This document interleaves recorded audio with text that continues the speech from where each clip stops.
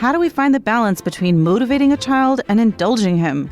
The Times' financial columnist, Ron Lieber, will be here to talk about his new bestseller, The Opposite of Spoiled. When we were teenagers, you and I, we lusted after a Sony Walkman and our own camera and a private line in our home and our own television set and a personal computer all our own.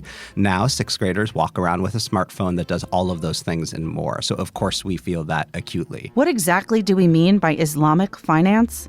Author Harris Irfan will be here to talk about Heaven's Bankers. It's a way of financing which is based on certain ethical principles, and the basics of those principles are around justice and fairness and equality. Alexandra Alter will have notes from the publishing world, and Greg Cowles has bestseller news. This is Inside the New York Times Book Review. I'm Pamela Paul.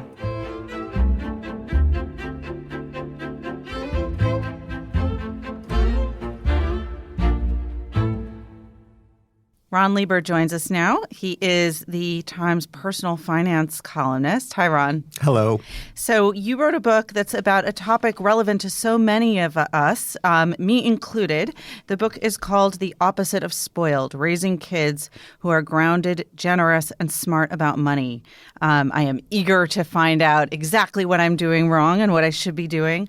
I love your cover, and I feel like I get the sense this is part of the book. You've got 3 jars, a give jar, a save jar, and a spend jar. What's that all about? Well, those jars do a couple of things for us. I mean, they are the basic representation of how I encourage people to make their kids split up their allowance into a save jar, a spend jar, and a give jar. I like those jars for 2 reasons.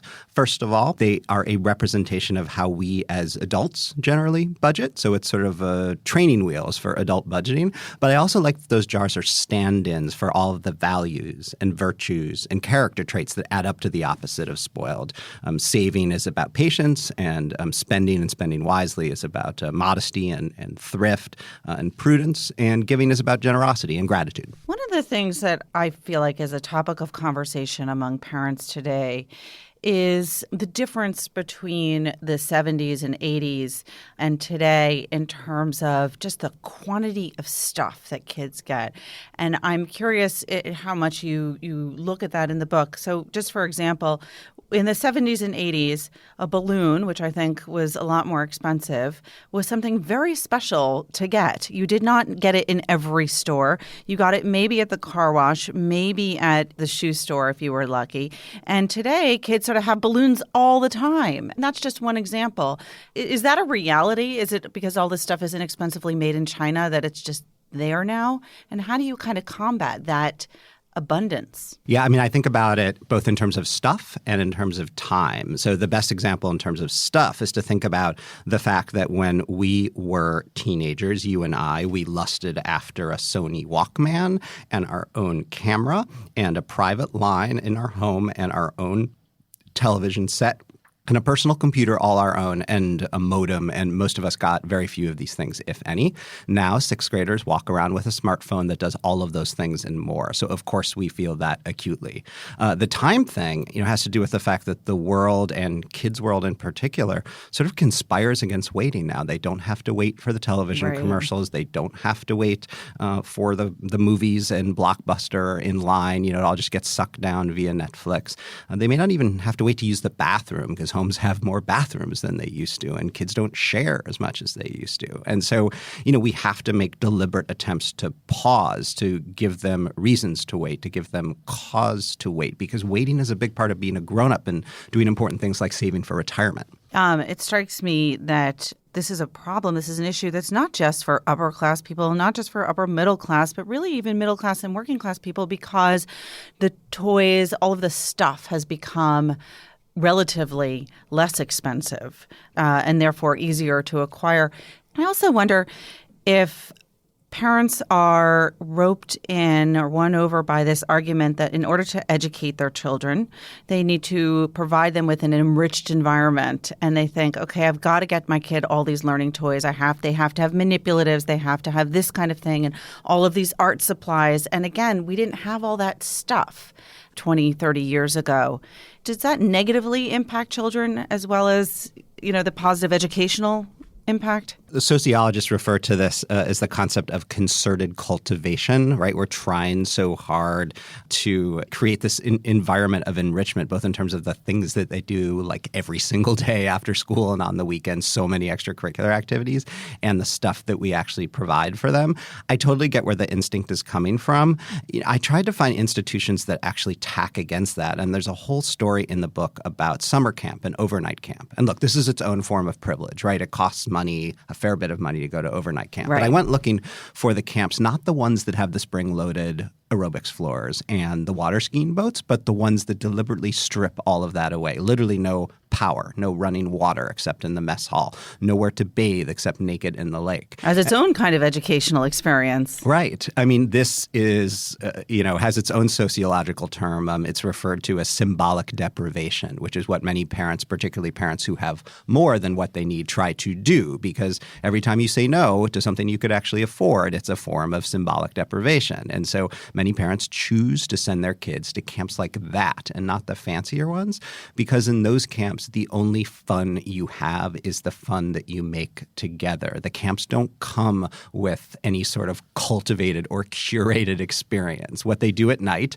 when they're out on the lake, literally on an island at some of these camps with no power, is whatever it is that they manage to invent in the moment. And that is an enriching experience in its own right. And then they go home to their fancy suburbs in Connecticut and Westchester. But did you talk to kids who'd gone to these camps or the parents of those children, and did they find that it was a formative experience and the right kind of experience? I didn't even need to ask, because I arrived at one of these camps on the day that one of the older boys at a camp called Birch Rock in Maine was getting ready to swim what they call the whale. The whale is a 5-mile-plus swim around the lake that the camp is on. The boys spend 10 years getting ready to do their whale. They spend all summer that summer training for it. And as I walked down to the edge of the lake, all of the boys, all of the camp, and a whole bunch of alumni were gathered there cheering for Gabe as he was coming in from his 3.5-hour whale.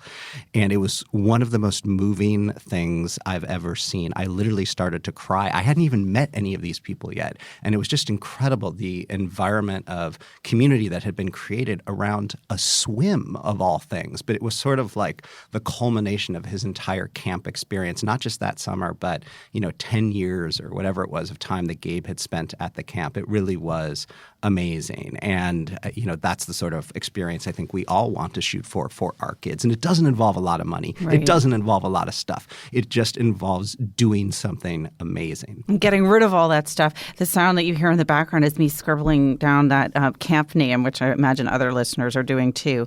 Money, I think, is like sex with parents in that they try to avoid discussing it with their kids, or discussing sort of the big things that, I don't know, maybe we ought to be discussing. Should our children know how much money that we're making? Should they know, this is what our mortgage payment is? Should you, when you are weighing a decision about whether to buy a child something, should you mention, we just can't afford that? Or are you supposed to couch that in other terms in order to, people think, spare them of the anxiety or feeling responsible? How do you approach all of that? Yeah, I mean, it's really hard, and it's harder than it is with sex, because I think that we sort of begrudgingly understand that if we don't talk about sex, that bad things will actually happen to our kids, right? It's sort of a biological happening. If they don't understand it, they're going to go and do things right. That may actually get them into a lot of trouble. With money, we give ourselves an out, maybe because of the own shame we feel about what we have or what we don't have, or what we know or what we don't know, or how we behave with our money, and we're worried that our kids will find us out.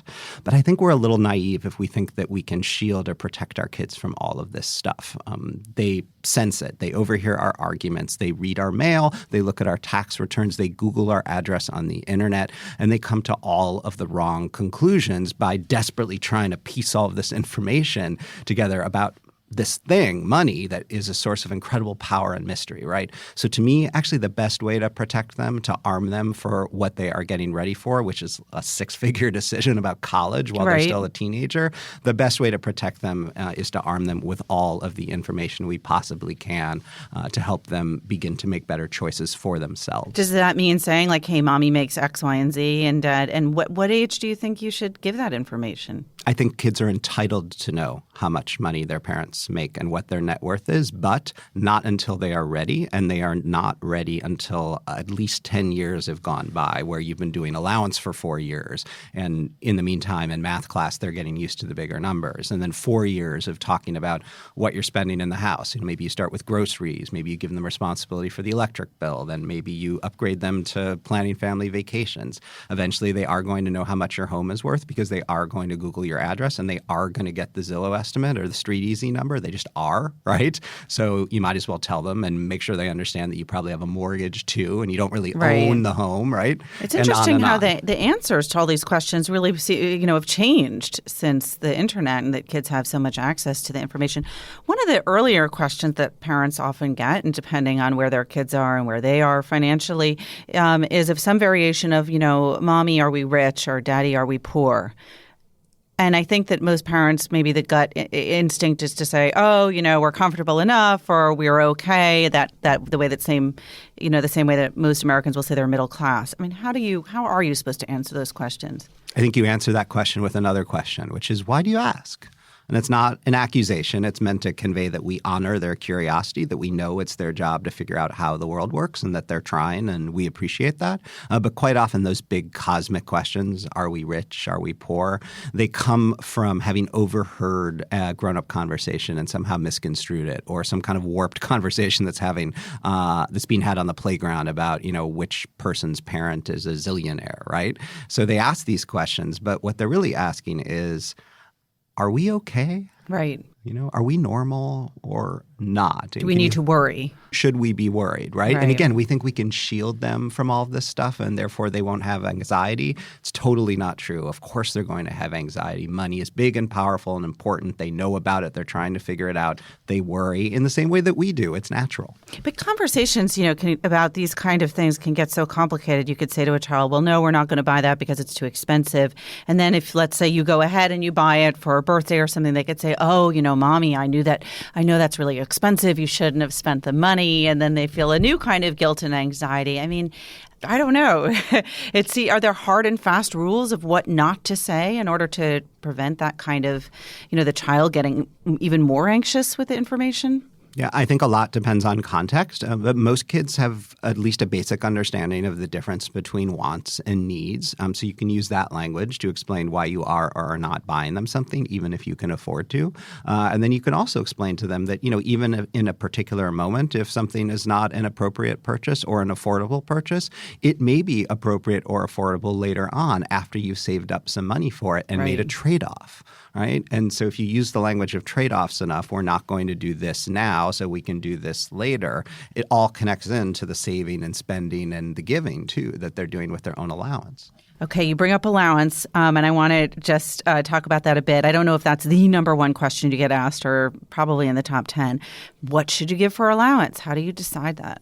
Well, with the little ones, I'm not sure it matters quite as much. You want to give them just enough so that they can get some of the things that they want, but not so much that they don't have to make a lot of really hard choices and trade-offs, right?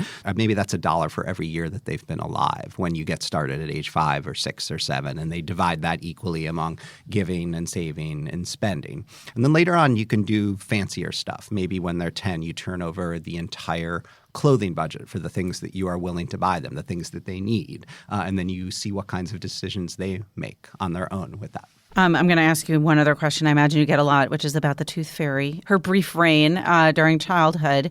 What do? You give, your tooth fairy gives $1, let's say a tooth, and your child says, so-and-so's tooth fairy gives $10. Yeah, they're all comparing. And as much as I love giving kids money to practice with, this may be an area where you want to opt yourself out of social comparison. And so you can do what our colleague Bruce Feiler does with his family. His wife travels a lot for business outside of the United States. She brings home a bunch of international currency, and the kids get different coins from different countries when the tooth fairy comes. And so then they get excited about learning about other cultures, and maybe they go there someday and, eventually they get to spend maybe a little bit of that money.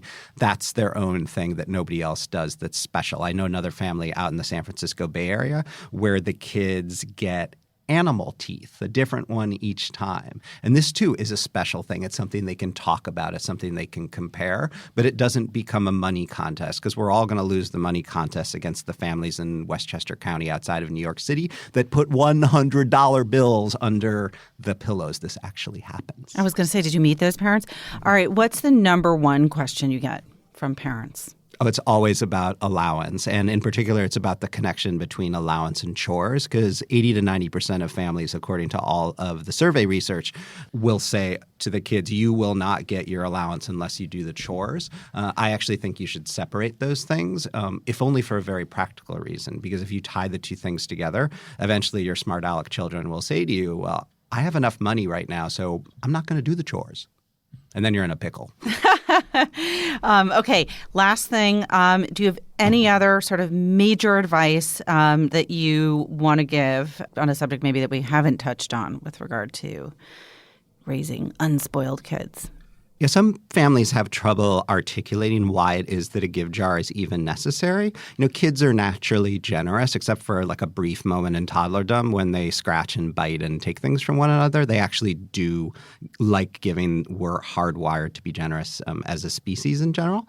But if you're looking for a good way to articulate it in a way that a 4 or 5-year-old can understand, you can just remind them, kids love hearing family stories. And you can remind them that somewhere along the way in the past, maybe even in the present, somebody has helped your family, whether yours is an immigrant tale, and most of ours are, whether yours is a story of slavery to freedom, whether yours is a story of running from Hitler. Somewhere along the way, somebody helped you too. And it's your job to help other people now because you're lucky enough to have a little bit extra. So much good advice, Ron. Thank you so much. I could ask you 20 other questions, and I probably will at some point. Thank you for joining us. Thank you. The book, again, is The Opposite of Spoiled: Raising Kids Who Are Grounded, Generous, and Smart About Money.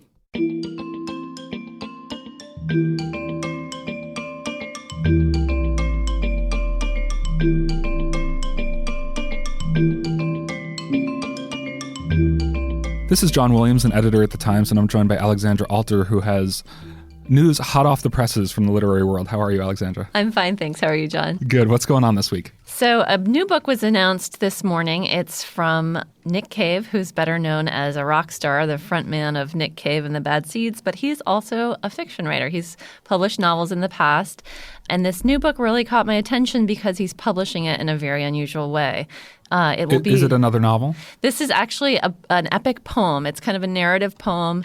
He wrote the poetry on airsick bags as he was touring the U.S. with his band in 2014. And each kind of poem is dedicated to a city and his impressions of the city and his experiences.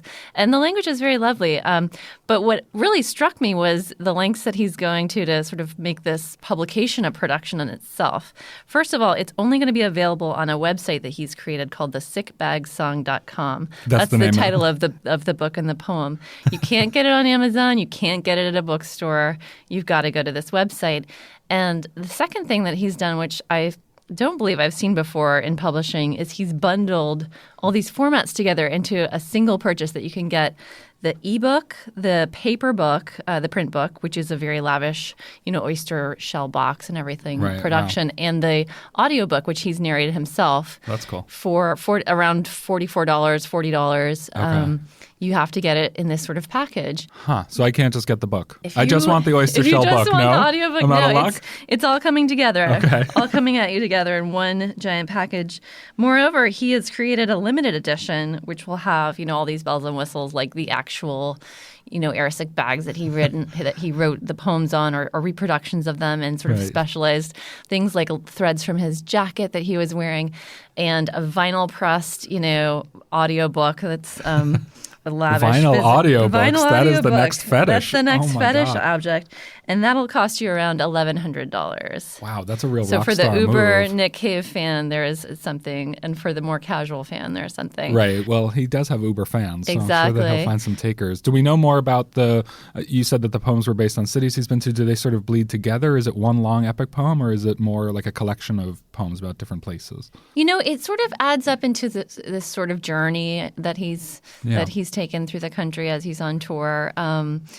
but I believe that he wrote them kind of standalone as he was going to different places. What's interesting, though, is he's working with a traditional publisher. Canongate is publishing the book, and they seem to think that, this is an interesting experiment as a way to reach out to fans directly and sort of bypass the whole machinery of book selling that every author and every other publisher uses, all it's the distribution funny, methods. Rock stars really seem on the cutting edge of that. I mean, Radiohead did it with music, several years ago and kind of was at the vanguard of selling straight to letting fans list their price, et cetera. Exactly. Radiohead did it on BitTorrent, and they said, fans pay what you want. And, right.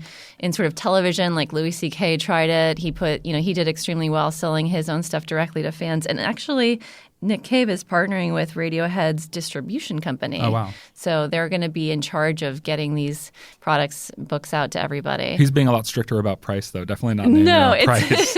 Not even name your own format. You're getting all of them. You can't name your own format. There's sort of different grades of the package that you can get. But it'll be interesting to see how well this translates into the publishing world. Of course, he's kind of the perfect person to try it out with his, right. Built-in fan base. And of course, he's going to go on an elaborate tour for it and everything like that. Do we know why it's, even independent bookstores are not going to have it?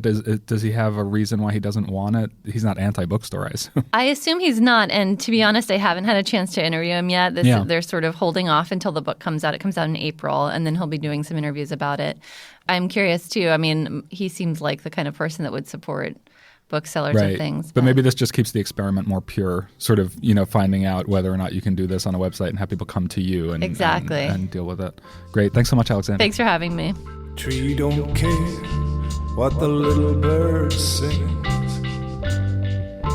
We go down with the dew in the morning light. The tree don't know what the little bird brings. We go down with the dew in the morning, and we breathe it in. I'm joined now by Harris Irfan. He is the author of Heaven's Bankers. Hi, Harris. Hi there. So this book is about a subject that I think will be of interest to many listeners because so many of us know nothing about it. Islamic finance. What do we even mean by that? Well, essentially, Islamic finance is a form of ethical finance, if you like. It's a way of financing which is based on certain ethical principles, and the basics of those principles are around justice and fairness and equality. There's a number of corollaries of that, one of which is that creating money out of money is not allowed, and hence why a lot of people tend to think of Islamic finance as being banking without interest. But that's actually an end product of the basic fundamental ethical principles of Islamic financing. How else is it different from other forms of finance? Probably the simplest way to describe the fundamental difference is the fact that Islamic finance is about the real economy. And we've been hearing in the last few years about the global financial crisis and how a lot of investment banks were creating these pieces of paper that we call derivatives and creating some very complex and sophisticated financial products, which few people had a really deep understanding of. And actually, when you delved down and peeled away the layers of this onion, you found very little that was tangible underneath. Islamic finance it aims to finance real economy transactions so that we're always aiming to provide not just a financial benefit, but also a real economy benefit. The assets must be real and tangible underpinning any financial transaction. There must be a societal benefit. It must be good for people in general. Some of the transactions that we see in the conventional financial industry have been described by one particular individual who used to be the chairman of the regulatory authority in the United Kingdom. He said many of these transactions are socially useless, and I'm afraid I have to agree with much of that. Many of the transactions that do take place in the modern investment banking community are, they seem to have very little real economy value. So I think Islamic finance is about creating value, jobs, wealth, and also ensuring that wealth is appropriately distributed throughout society. Let's put this into very real terms and tell me, how is an Islamic mortgage different from what we would think of as a traditional mortgage? That's a very interesting question. A lot of people have asked me, have spoken to me about this and said, well, you Islamic bankers, you you provide a mortgage a contract which crosses out the word interest and writes in the word profit, and then you charge me more for it. And actually, I have a lot of sympathy with that line of argument. In reality, the way that the Islamic financier is meant to operate is that the financier is meant to take the risk of that asset and then either rent it to the individual, who is effectively the borrower, and give that individual the option to repurchase the house, or to buy that asset and then on-sell it as a merchant rather than as an institution that merely finances money. So in other words, the bank has taken on the real risk of that asset onto its balance sheet, and it holds something real and tangible. And I think the fact that it's operating in the real economy space is actually a very different risk proposition to the way that banks currently operate. Because if they're only allowed to have a one-to-one relationship between the assets that they hold and the financing that they do, then, there's no such thing as a run on the bank. A run on the bank would occur if everybody decided the bank is about to default and they need to get their money out. But of course, a bank has what's called a reserve ratio. It's allowed to lend out a lot more than it actually has in deposits. So the basis of the modern conventional financial economy is quite different to a real asset economy. We should say that you are yourself an Islamic finance banker, an Islam finance banker. What can you invest in and what can you not invest in compared with your sort of standard investment banker? Well, we have to avoid industries. I shouldn't say standard. I should say non-Islamic investment banker. Sure. Yeah, we have to avoid industries like alcohol, tobacco, things which are harmful to society, arms manufacturing, and so on. Those are the very simple, basic industries that we must avoid. I think generally there should be a holistic approach as well, which is this company that I'm investing in or that I'm financing, is it a good company? Does it have good labor practices? Does it have a good environmental policy? How does it treat its customers, its suppliers, its employees?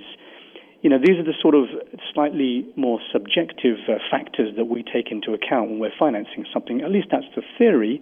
Whether in practice that actually takes place, that's something else. I think it's the Islamic finance industry is a work in progress.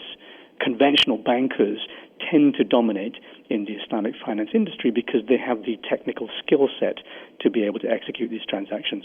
What are the returns like for an Islamic investment fund? Well, surprisingly, in the last few years, during and post the financial crisis, in many cases, they've actually been better than conventional funds.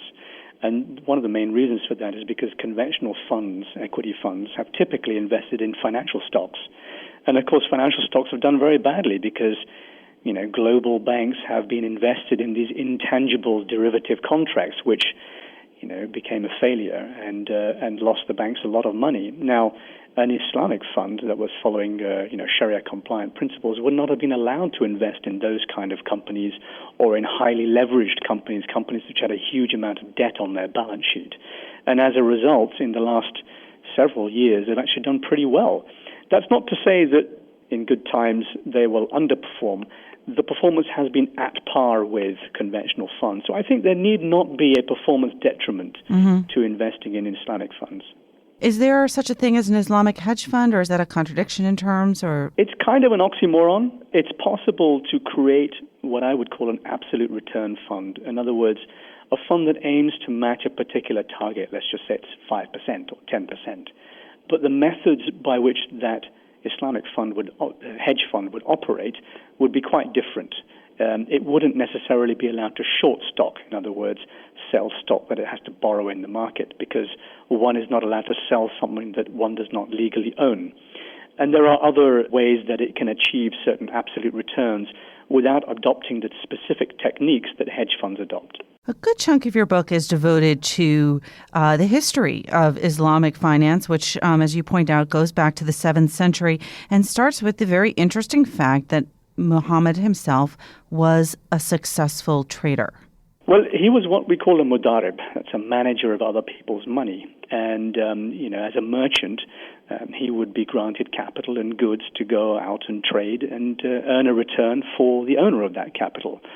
And in fact, the individuals who came after him, the scholars and theologians and the polymaths who, worked on philosophy and mathematics and astronomy and so on, they also developed on the basic principles and the business principles that Muhammad himself espoused.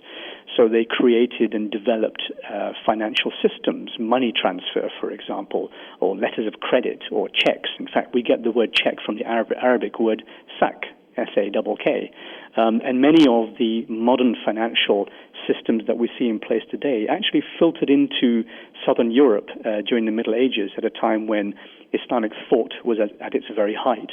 So many of the entrepreneurial techniques and financial techniques, in addition to technology and mathematics and so on, filtered down the Silk Route into southern Europe from these Arab and Persian traders. So I think there is in many senses, there is a debt that's owed to those philosophers and those individuals who created these systems. You trace the course of Islamic finance up through Egypt in the 60s, the Pakistan in the 80s, and then looking at the way in which globalization has kind of changed in the 90s. What's going on now with Islamic finance? Are there trends? Are there current challenges? Well, Islamic finance is kind of at a crossroad right now. It has the opportunity to carve its own path and be a genuinely different alternative economic system with its own values and sense of justice and fair play and so on, or it can mimic and replicate the conventional financial system. My fear is that more of the latter is happening right now. And I think that the Islamic finance, the banking industry in particular, has tried to mimic the debt culture of conventional banks. And particularly that's seen in the types of individuals who work in these banks. A lot of conventional bankers who have come from conventional investment banks are doing good business in Islamic banks. So it's kind of like, swimming in or playing water polo in football gear. Mm-hmm. The Islamic banks are trying to operate in a system which governs conventional banks, and I think that's pretty tough. So I don't know where we'll get to ultimately. I'm quite optimistic because when I speak with students of the subject, who are at university studying these things, I see a lot of passion, a drive for change, for the better, a wish to close the wealth gap between rich and poor, a wish for a fairer society. I think that gives me a lot of hope that actually ultimately Islamic finance will be true to its ideals. Well, let's end on that very upbeat note then. Haris, thank you so much. Thank you. Haris Irfan is the author of Heaven's Bankers, Inside the Hidden World of Islamic Finance, reviewed this week in the Book Review's Money Issue.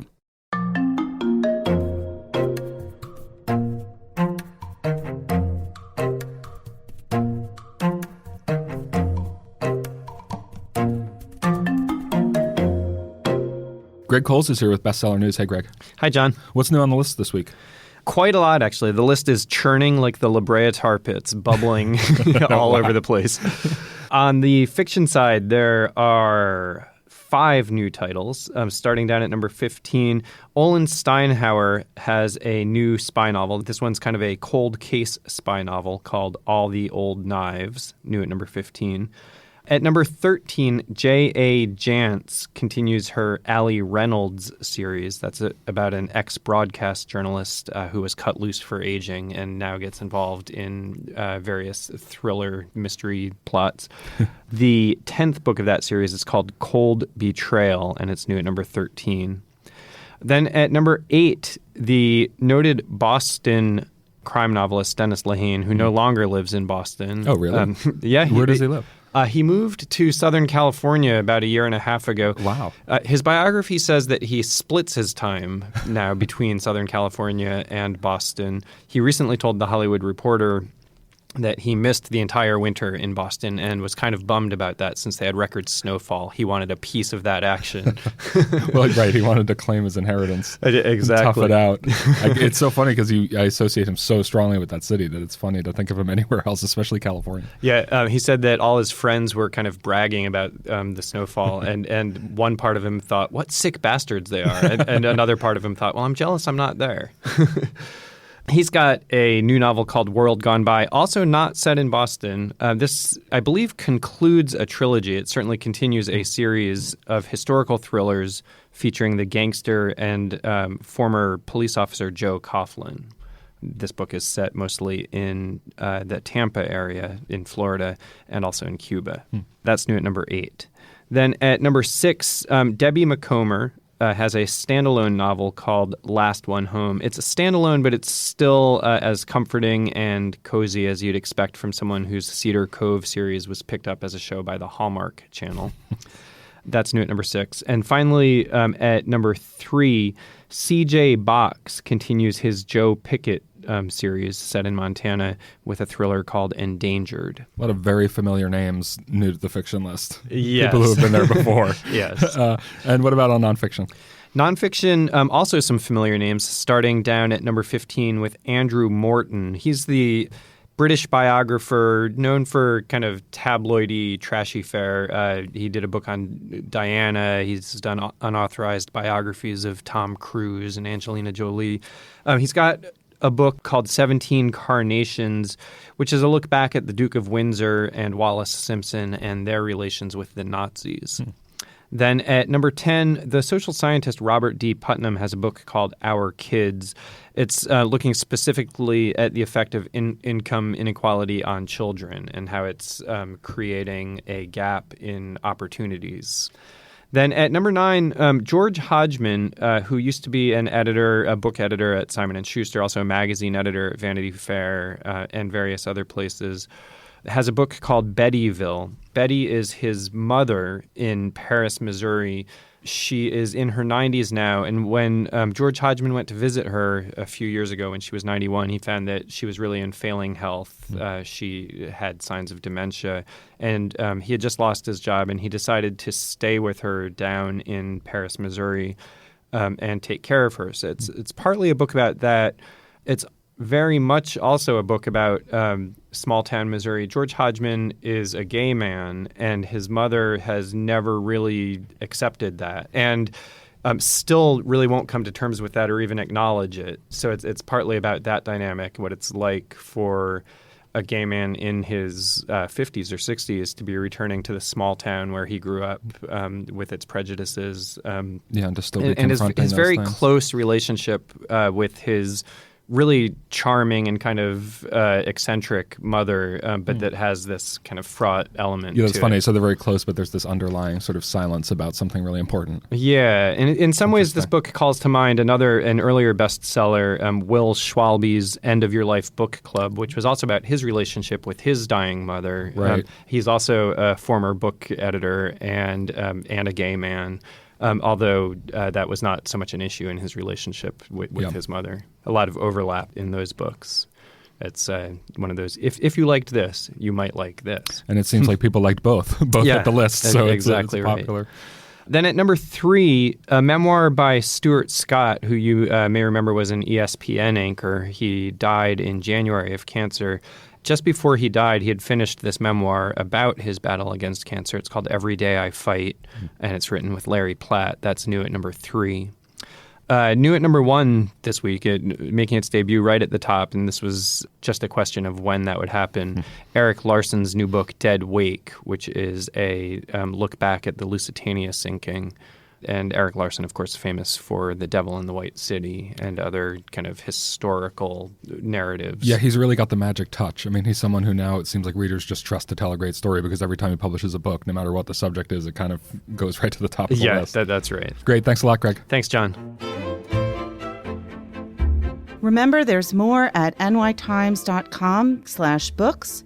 Our producer is Jocelyn Gonzalez, and you can always write to us at books@nytimes.com. Thanks for listening. For the New York Times, I'm Pamela Paul.